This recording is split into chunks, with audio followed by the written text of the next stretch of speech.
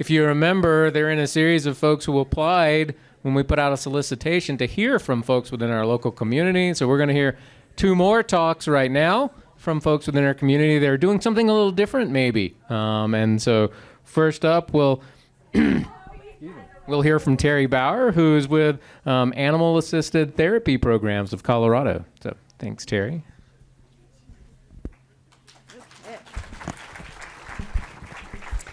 All right, we're going to see how this goes. I'm a social worker, so this is very scary for me. But as I tell my clients, sometimes we just got to do stuff scared. So this is me doing exactly what I talk about all day at work. I appreciate the opportunity to come and talk to you all about my passion project, which is starting small.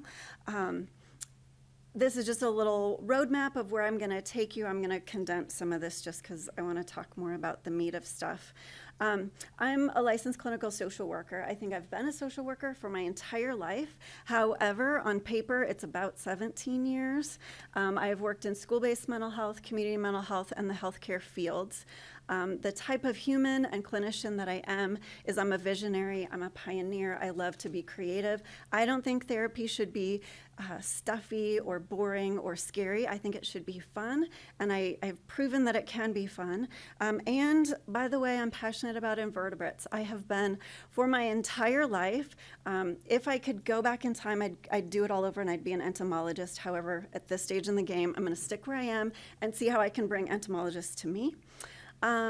So the inspiration for starting small started way back in 1st or 2nd grade when my teacher read me Charlotte's Web. I was never more envious of Wilbur, who got to be friends with Charlotte the spider, and I wanted it so desperately to be friends with a spider.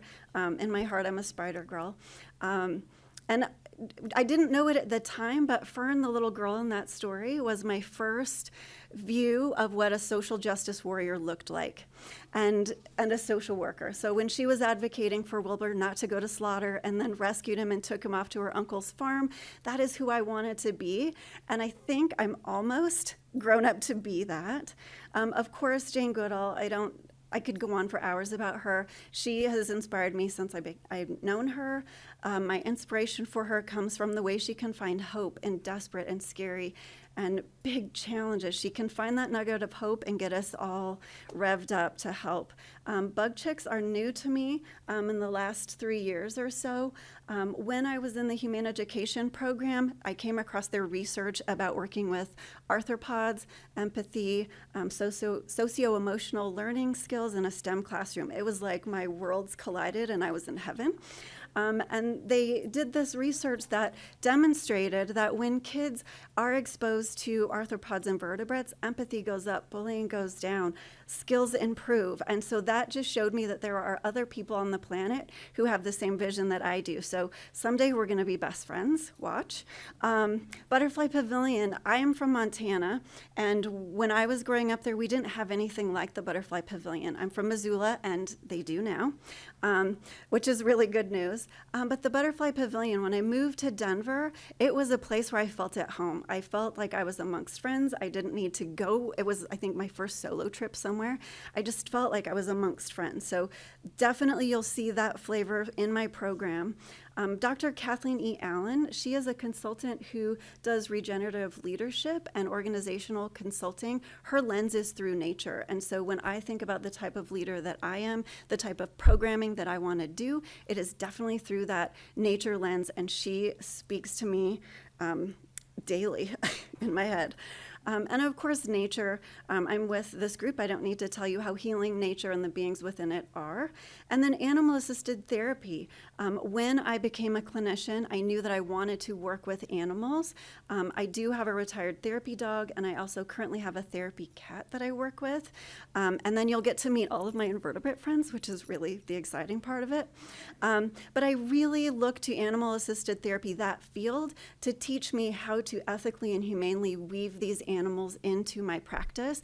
I want to be so careful because we don't know much about their cognition, their sentience, and so when we're working with mammals, we can make our best guess of what they need before session, during session, after session. I have no idea about my invertebrate friends, so I've been very intentional, very slow. I am a humble human, and so if I am doing something wrong, please tell me. If you're curious with me, come with me, and we'll figure out how to do this with invertebrates. And then my last inspiration was my desire to be part of the solution. As a social worker, as this empathetic, compassionate human, I don't want to be the person that's littering or causing more problems. I want to be the person that's out there helping cultivate a more empathetic and compassionate world. What I found in my career is that I was having such a hard time figuring out how I can weave invertebrates into my work.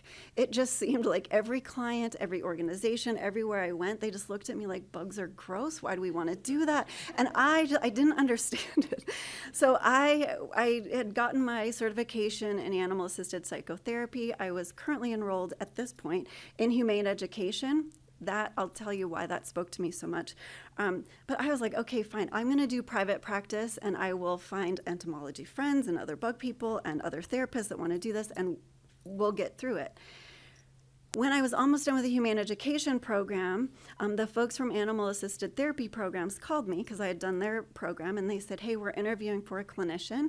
We want to invite you to interview. Would you be interested? And I said, yeah, but my passion is bugs, and if you are open to having somebody like me join the team and the possibility of cockroaches and tarantulas and who knows what else, yes, I'll interview. Long story short, they interviewed me, I took the job, and we are off and running.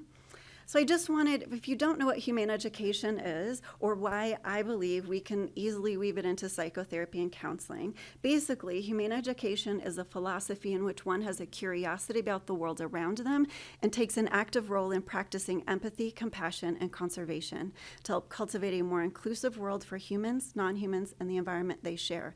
This spoke to me because what I had noticed years ago is that we have conservationists asking us to care about bees or ants or whatever they were on the planet to help.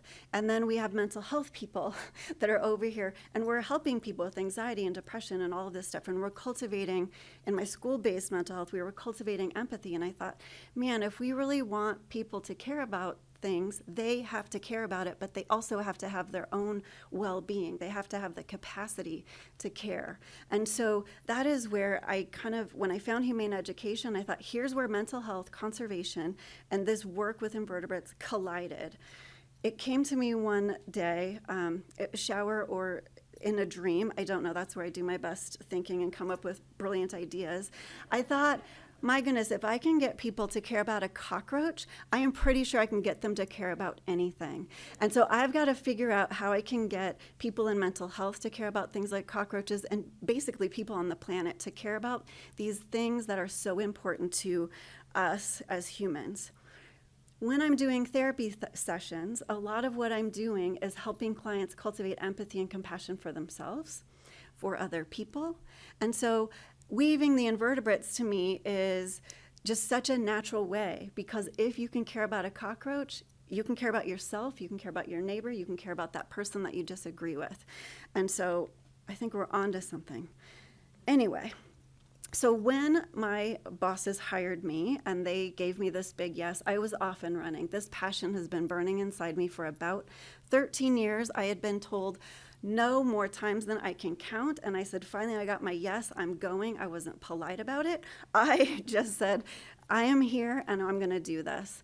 I first started looking at what species. I had had some contacts over at Butterfly Pavilion and some community bug people who I was consulting with to see, is there species that I shouldn't work with? What would be a hardy species? I do work with kids, I work with adults.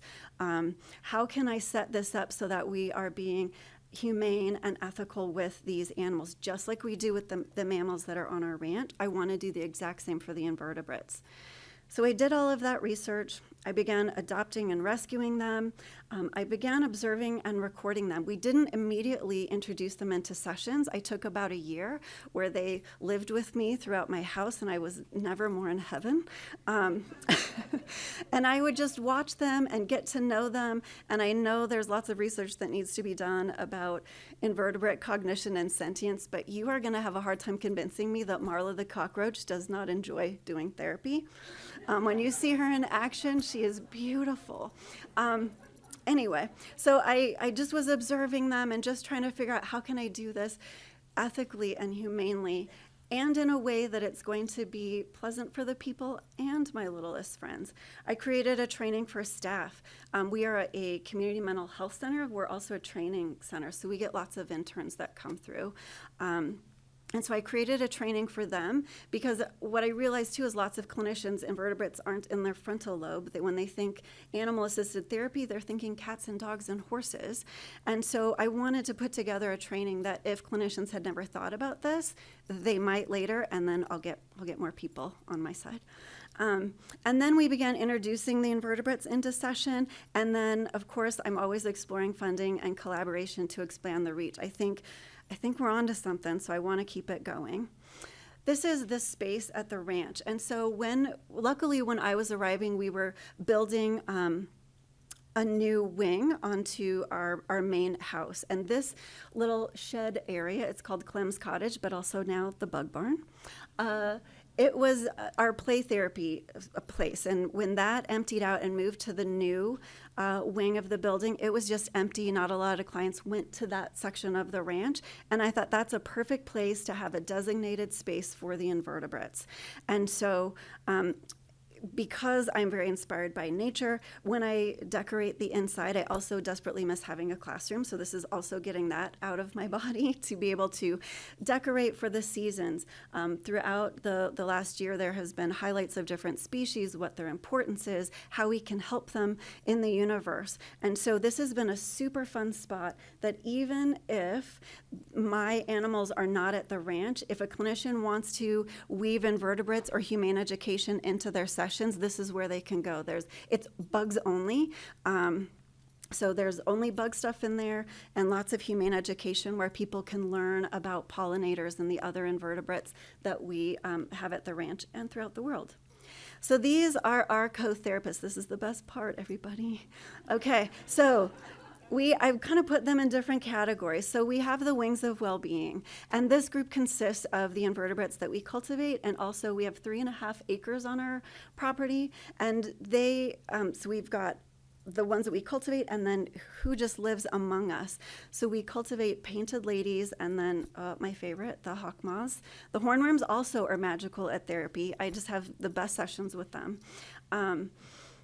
You'll see a picture of it later, but part of this is because I want people to feel free not to just stay in the barn, but to get out into nature. So I created these bug bags. They're just little satchels that have some bug ID books in it, a magnifying glass. There's a catch cup in there. There's a little game and something fun in there.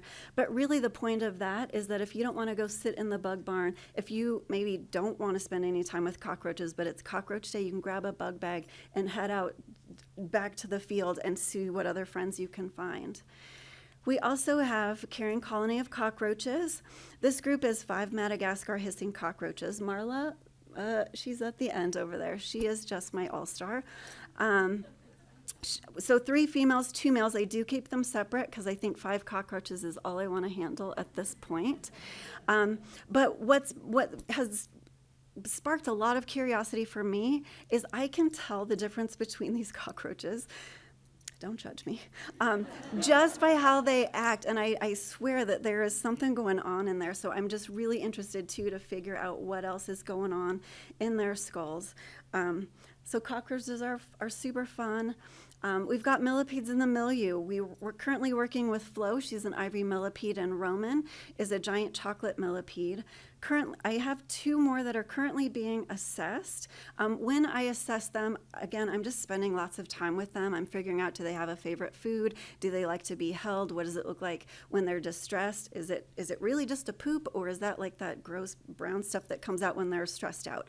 So I figure out all of that before I'm involving clients, we also, the ranch is also run by so many wonderful volunteers, but there is a group of them that come in on Sunday mornings that have my heart because they love bugs. I don't know if they did before they met me, but now they love bugs. And so Sunday mornings, they stay a little late. I come in a little early and we'll do like a little bug talk. If I have somebody that I want to work with and kind of assess, they will let them crawl on them. They'll let them poop on them. They give me feedback about what it's like to watch these animals. They're seeing things that I don't see. And so they're really great in helping me see who might be appropriate for sessions. The last group is, again, has my heart. These are the webs of support, and this group consists of 3-ish arachnids.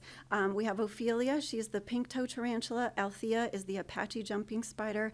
And then the ish part of this equation is Harriet. Harriet is that beautiful regal with the heart. She unfortunately passed away about 2 months ago, but she left me egg sacs, and so I am also Wilbur. And I am raising about 40 of her spiderlings, which is all new for me. This was not my intention, but sometimes the universe just gives you something and you just go with it. A few of my colleagues and friends have passed my rigorous adoption process, so a few of them will be rehomed, but everybody else is going to get to live with me and then be woven into session as they can or are willing to. We also have a zebra stripe knee. He's Tiago. I was able to do one session with him, but I took him out of rotation, and he's still being assessed because the day that I took him to session, I couldn't get the temperature right, and I'm not sure he loved it. I didn't get any feedback from him. So until I get that temperature right and it's a better environment for him, he just gets to live at my house. So what does it look like so far? We introduced invertebrates in 2 sessions in June of 2024, so just a couple months ago. So far, there's been 37 sessions, 9 with the cockroaches, 12 with the wings of well-being, and that is a big part because the hornworms are so popular and they're super fun to do therapy with. 7 with the millipedes, and then 9 with the arachnids. I did want to give you just an example of what this looks like when we're in session, because I think this is where the power comes from. And it also has ignited a lot more curiosity for me on what is happening to these invertebrates when they are in session. So this is Roman. He is my giant chocolate millipede. This is a teen client who works with my colleague, Anna Miller. This kid, teenage, lots of trauma, had some self-harming behaviors, but came to us already loving millipedes. So I was super excited that I was able to introduce her to Roman. She liked the other animals, but really millipedes is her thing. So they were very curious about what would happen to her heartbeat when she was interacting with Roman. And so they did a grounding exercise at the beginning of session where they kind of observed him in his enclosure, got him out, and noticed that her heartbeat was about 69. As she started moving through session, she was processing her trauma. Her heartbeat was going up and up and up. They noticed that he was getting a little bit distressed, and they put him back in his enclosure, and they continued processing, and her heartbeat kept going up because she was processing her trauma. Towards the end of session, clinician starts bringing her back down, and she goes again to ground herself so that she can transition from session back into the world. And she picked up Roman and was able to ground herself, and she just found it so helpful to have him. It's the sensory she likes. She also has self-harming scars on her arm, and I don't know if Roman was aware of it. She also has worked with Flo, but they seem to stop over her self-harming scars. So I'm very curious if that's a texture thing or what that might be for the millipedes. But anyway, so this is just Roman providing support. And just as a side note, earlier this week, Anna did tell me that this teen turned 18. And in order to reclaim her self-harming scars, she got a giant millipede tattoo on her scars to just kind of reclaim that skin and show her passion. So Roman did a good job. I also wanted just to give you what this looks like with our friends in nature. Something in therapy that's really important to have is that therapeutic rapport. We need that therapeutic alliance. And This is a 8 or 9-year-old kiddo who came and did not want therapy. She was kind of the kiddo that just said, my parents are making me come. This is dumb. I don't want to do this. She works with my colleague, Amy, who is a social work intern with us. And she let it slip that she liked bugs. And so Amy said, you know what, let's grab a bug bag. And there's a picture of what's inside the bug bag. And they grabbed a bug bag and headed out to the far pasture and found this little grasshopper. And it made this kid's day to be able to tell Amy all about grasshoppers and bugs and how much she knew about it. And Amy later reported to me that that's really where that therapeutic rapport started, was seeing this kid get to, kind of run the session and show that she was an expert at these bugs. So that was and we let that grasshopper go right after session. So we don't keep them in those things. They're just for observation. The last thing that I want to share with you is Harriet, of course. She also, I used to, and I still refer to her, as my gateway bug, because when clients or people tell me, I don't want to work with bugs, if you can look at that face and tell me you don't want to work with a bug, we need to do some therapy. So I had a client, this client is mine. He was about, I think he was 11 at this time, and he was like the he's a gamer. He wanted nothing to do with being outside, wanted nothing to do with bugs. And I said, oh gosh, you know what? I'm kind of like the bug lady, and I want to just show you this picture. So I showed him Harriet, and he got a little bit more curious, and we spent some time talking about, this is where the Humane comes in. We talk about why spiders are important, what does Harriet like to eat, and before you know it, he was willing to have a session with her. And so for the arachnids, we don't take them out of their enclosure during session, so I bring her in. She's got this cute little enclosure, and we just spent that session observing her, talking about what she does during the day, what does she eat, how often does she eat, and then we kind of expanded that into like all spiders and going out, imagining what spiders are out on the ranch. Well, a few weeks after that, his mom and him came to session, and they were so excited to show me a picture of Agatha, who is pictured there. And Agatha is a jumping spider that they had found in their home. They were not the people that would kill a spider. They were more of the people that would find a spider in the house and move it outside. However, this time, Agatha got to live inside the house. And so I got weekly updates as to what Agatha was up to. They observed her. They fed her flies. They noticed that she had a trail that she would travel throughout their home. And so to me, it just really showed me how these invertebrates can shift perspectives, which then goes back to my first point, or one of the first points, of that conservation piece, and how do we get people to care about the environment, about all these species, about all of these plants. And it's by starting small. It is just starting and getting people excited about this, being curious about it. And even if you don't like it, I still will have clients that say, I don't like the bugs, but I'm not going to kill them. I'm like, okay, we got that deal.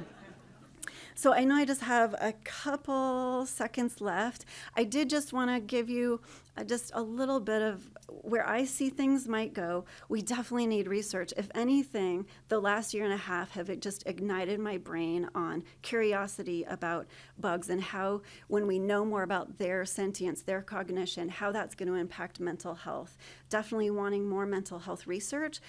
To expand that human-animal bond research that's happening, I want to start including invertebrates if we can. And also collaboration. I want more mental health people on my team. I want entomologists. I want everybody that to just, I'm speaking to the choir here. We just need to all work together, and I think we all have a very special piece of the puzzle. And what I bring to the table is the mental health and all of that stuff. So I'm ready to collaborate and keep things moving. And then I also want to continue cultivating interventions that weave invertebrates into mental health. I wanted to share this picture with you. This is kind of, that brick wall right there is Kipling Avenue. And behind that white fence is like our greenhouse in this beautiful garden area.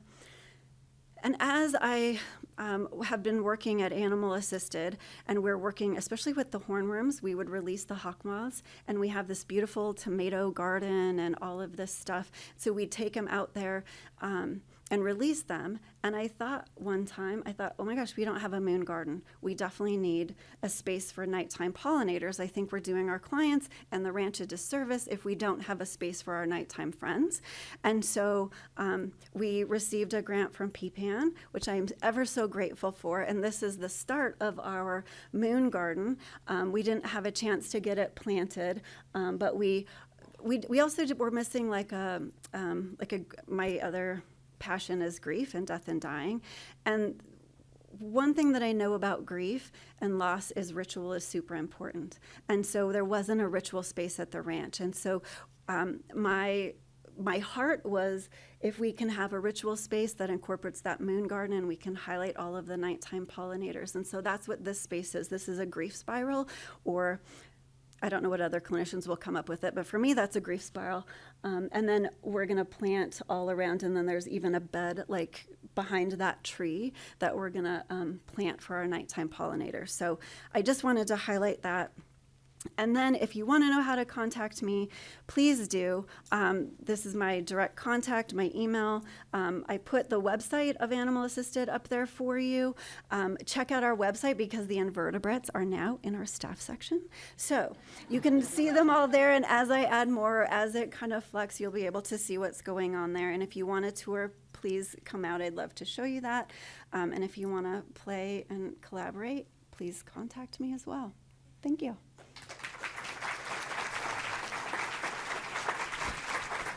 Thanks so much, Terri. And for time's sake, I want to let you hold your questions till in the next break, and then you can ask Terri questions then. But for right now, I'm going to transition these slides to our next speaker. All right.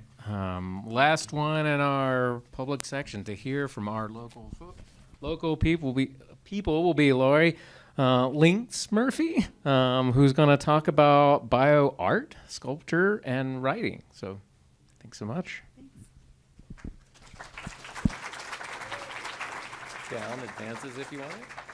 Let's see. Okay. Yep. I wonder if I can put these notes here somewhere. There we go. Okay. That is a really tough act to follow. I'm totally fascinated. Hopefully, this will be equally fascinating. As he said, I'm a bio artist. A lot of people don't know what that is. I'm a sculptor, but I also work with like systems in nature, so living systems, and that definitely includes mostly pollinators. So when I went to grad school in like 2010 at The Ohio State University, I'd been making art about the environment for a really long time. And I was using really toxic materials, and I really needed this shift. And I had a very wise professor say to me that, well, you're making these approximations of nature, just work with nature. And it was this kind of aha moment that she is a MacArthur Genius winner, so she's smarter than me by far. So thankfully she sent me in that direction. But I want to talk a little bit too first about like what is it to be an artist, because I think that, what do I point this at to make it change? Do I point it up there? Or do I point it here? You don't have to point anywhere. Just hit the down button. Down button. I've hit the up button. Thank you.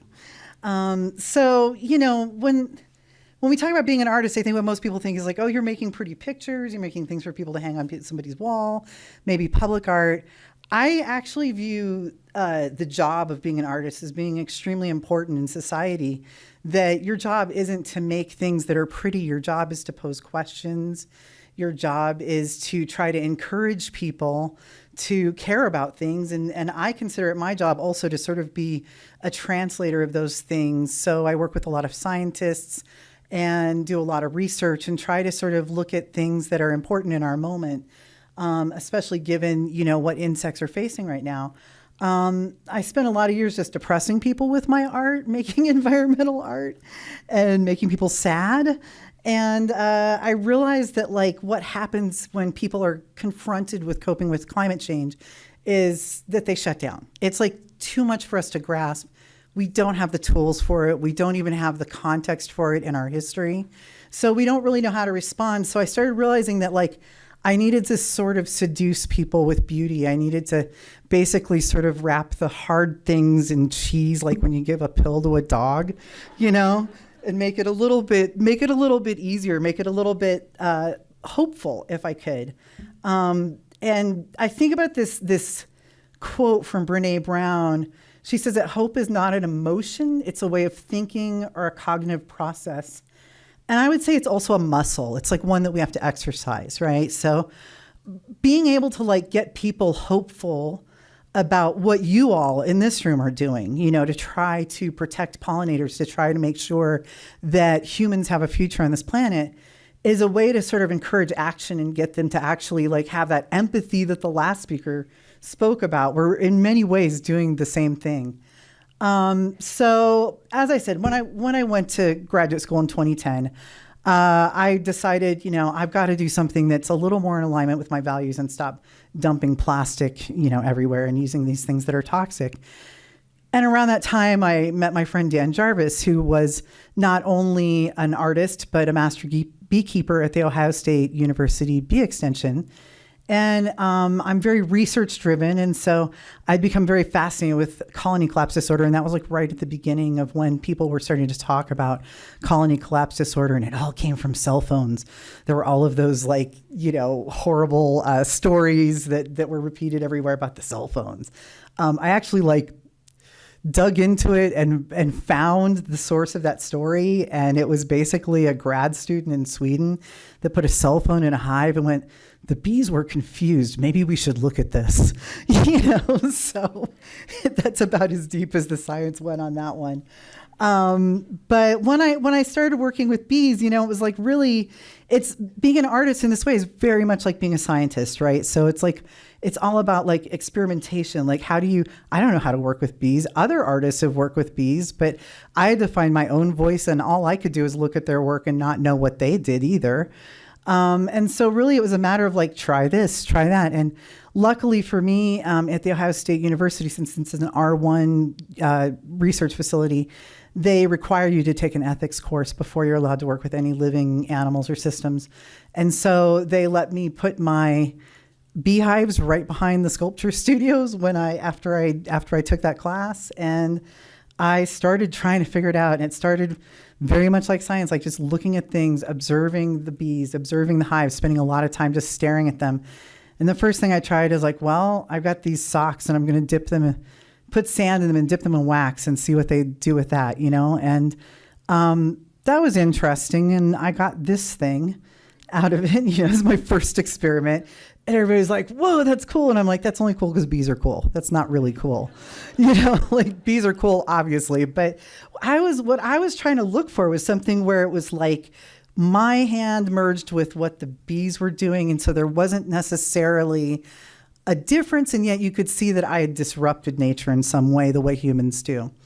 So it was really important to me to keep trying to find like my particular voice. So the next thing I tried is we were lucky to have a glass blowing lab there. I had one of the gaffers make me this thing that was supposed to be an iceberg, but this photo is a total lie. Like I just had a review coming up with my professors and had to produce something. And so we, you know, stuck this brood comb inside the glass and then made the bees, you know, go inside with us, which nobody liked. Everybody was like really upset that there were bees in the gallery, but they were fine. But, you know, it was just sort of an experiment. But what I found was that the bees hated this glass. It condensed and got sweaty. It was hot outside, of course. And they didn't know what to do with that. So they didn't do anything with it. You know, and I think one of the messages that scientists often get too, that artists also get, is that failure is really important and oftentimes more interesting and useful than success. So I failed at this for 2 years. I failed to come up with anything for 2 years that I considered art and not just bees are cool, you know, because we all know bees are cool. And so in my thesis show, I attempted making an observation hive, which was a just utter failure. It was beautiful, but the different laser cut levels were different theories of colony collapse disorder at the time. And by the way, I wrote an 86-page thesis that lots of people downloaded, and they were very confused when they found out it was about art, you know, because colony collapse was in the title, but, but there's a lot of different ways of looking at things. And so working with scientists, not only can I help them spread their message and help their audiences and people interpret that data, but a lot of times they're working on something and I'm working on something that are similar. We've had different approaches. So in the summer, though, I finally started, after my thesis show, after I graduated, finally started to have some success. And it kind of started with just taking a bit of the wax foundation that beekeepers put in the hive and literally out of frustration, balling it up and throwing it in there, just what happens if I do this? And that is when something cool happened. And it was almost at this point of giving up. And so I figured out that I could make constructions of things and have the bees sort of make something like what I wanted, and yet it would always be a surprise. I would never really know what I was going to get. And finally, when I pulled this out of the hive, I was like, okay, I got something here. This is something that I like, that looks like art. It's not something the bees would have ever built on their own. It's confounding in a lot of ways to be sort of architecture. So it really worked, and that became this piece. So I'd finally sort of found my voice in this, again, after I graduated. But luckily, I was still in Columbus for the summer because I had my hives. So I stayed there. But so basically, there's this thing of like turning over your work, and a lot of artists have this control issue where it's like, but we want it to be perfect. And it really taught me like to let go of that perfection and embrace the unknown, embrace whatever's going to happen, whatever might be interesting. I started experimenting with, electroplating, using woods that had been eaten by other bugs, which I kind of found interesting. I figured out how to get color into it. I started putting fabric in the hive, which that was kind of interesting because this was a piece of silk fabric constructed by bugs and then deconstructed by bugs, because I'd sit there outside the hive and watch them take this out thread by thread while their friends were gluing it down with propolis. So it made these interesting marks, and it sort of recorded this activity. But I didn't continue with that work because I felt like I'm really just annoying them. I didn't really want to annoy them. That wasn't my job. I didn't see it as my job. So I always try to not do any harm. Like I feel like I'm forcing a kind of collaboration, which really any beekeeper is, to get honey. But I'm not really interested in the honey. I'm interested in the other products of the hive a lot more. So I figured out that I could write in the comb, and if I took it back at just the right time, that it would have basically like a word in it. And if I took it out too late, it would have nothing. So, it's very much a thing of timing and checking the hive throughout the day. And then what happened is I discovered I was allergic. I, like many beekeepers, was trying to get stung, got stung a whole lot, and started to have some really bad reactions. And so this work that I've been showing you was in 2012. I came back to Denver. I thought, well, I'm going to try to work with other people's bees, which you ever try to set up a lunch date with a friend? It's like harder to set it up with their hive for some reason. Like people are very fussy about their hives. And then I put things in the hive and never hear from the person again or get the thing back. And so that wasn't working. And then in 2019, my ex-husband, we're still friends, he decided that he wanted to learn to keep bees. And he asked if I'd teach him. And I said, well, I will not only teach you, but I will buy the bees and I will build the hive if you'll help me make some art. And so that was a good collaboration for a while. He's not a very good beekeeper, and he doesn't listen to me, and he kind of tends to there's reasons we're divorced, right? Like we're friends, but he's kind of yelling at me and disagreeing with me with the hive, and you could hear the hive's pitch start rising and they're getting upset. So that isn't the best collaboration, but it did yield some really beautiful work. This is the first thing I pulled out after I started working with the bees again. And it was so exciting because I could finally put 7 years later everything I learned into practice and make some work. And so it became more of a dance back and forth with the bees where I'd do something, I'd give it to them, and I'd take it back and I'd change it. And, it was this sort of process of elimination and changing things and making sure that their expression and my expression were on equal par. So all of these are from 2019. I did a whole lot of work that summer. But like I said, he's really bad at keeping bees and he tends to kill the hive. So now I'm really excited that I've met Dr. Orit Pellig up at the CU Biofrontiers Laboratory. And I've been working with some of her students. I worked with Golnar Fard and put stuff in their hives. I forgot. I also make jewelry with them by taking apart watches and putting the watches in the hive. I've just started that collaboration with them. I got a little bit ahead of myself because I was excited about it. But these are some things from 2021. And anyway, this one, which is so interesting because this started in Ohio and then I never really got to finish it. And I brought it back and finished it here. So it was 2 hives of bees across a span of time. And this is up at the Arvada Center, where I had a show in 2022, and they did this whole wall of like all these various bee works over the years. And it was really nice to see them all together, you know.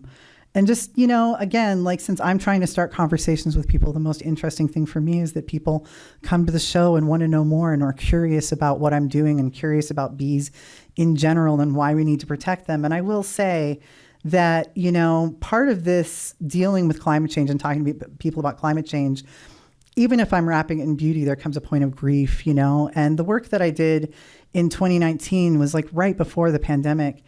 And it was right after that all the research about the insect apocalypse had sort of hit the mainstream newspapers, and people came into the show and cried. I'd never had that experience before. It was amazing and also difficult and strange because, you know, then the conversations we're having were so much deeper than what I was used to, but also wonderful and rich and amazing. Now I get to Orit and Golnar. So I met Orit at an art show in Boulder that Cool Boulder and the Xerces Society and several people supported, the Little Creatures show. And Orit invited me to her lab, and we've been having these amazing, rich conversations. She's working with fireflies and bees also. And her PhD candidate, who is just graduating now, Golnar, was working on trying to figure out how bees, you know, make things to fit into weird spaces, which is pretty much the work that I had been doing in a way, you know, like trying to make bees work with things that were not natural to them. And that's some of her research there. So this year I've been putting things in their hives and trying that out. Next year there'll be a new student. And so it's super exciting to me to get to do that because just our rich conversations around that research, like definitely fueled my work in a new direction and fueled her work in a new direction. So it was very cool. But now we're coming up on a whole different project with a whole different set of pollinators.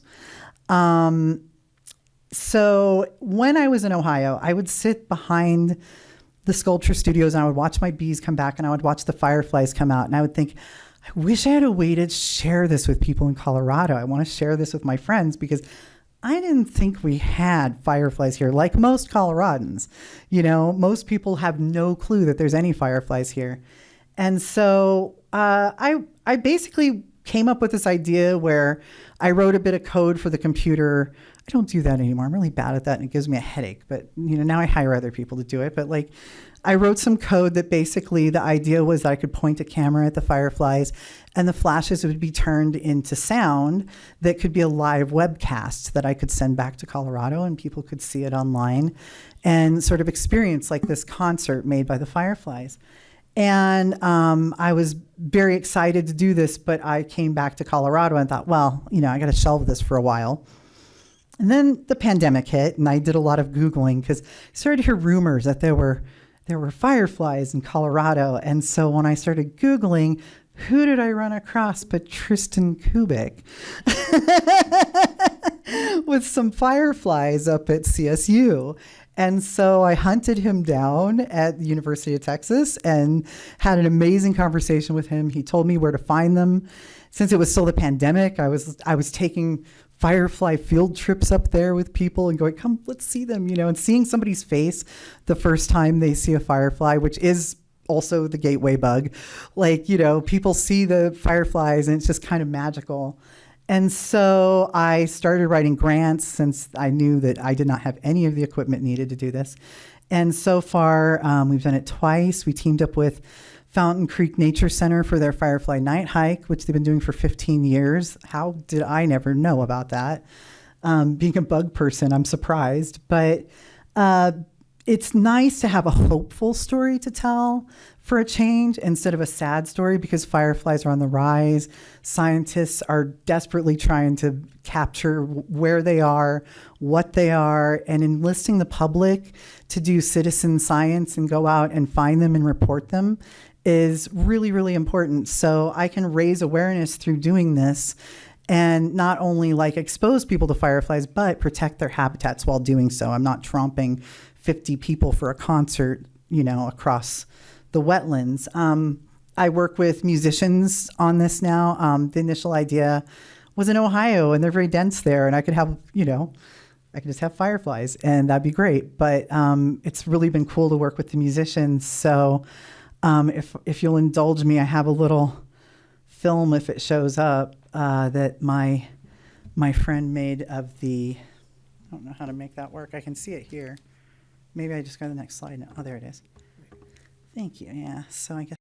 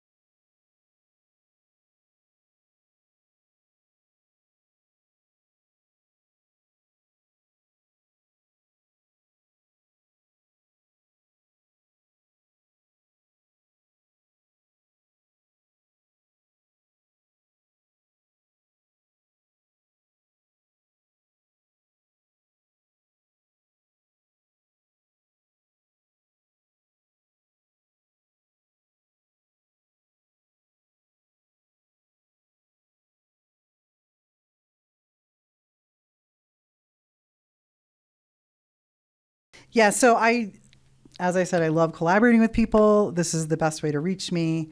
I'd love to hear from anybody who has a message they want to get out about pollinators and who's interested in this kind of work. So thank you very much. Thanks so much, Lauri.